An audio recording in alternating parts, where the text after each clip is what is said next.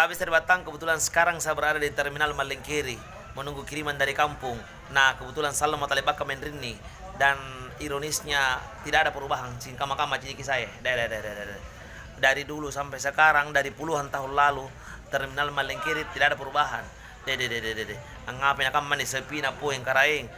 Kukutaan yang ini pakai dekat dia, karena kenapa semakin sepi di sini? Karena apa? Rata-rata sopir itu mengambil penumpang di luar, kemudian malam baru masuk. Jadi kalau siang itu sepi, sepi ke. Tidak ada perubahan. Masuk ke naknya palapon namanya baji kirate. Ngapa nak manjo?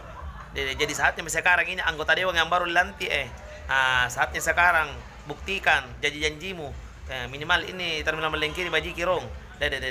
Jangan aku pikirkan dulu kembali modal kerugianmu waktu kau kampanye dulu. Saatnya ini Terminal Malengkeri ini perbaiki dulu. Oke? Masalah kelam bajiki, pemalibira lagi aku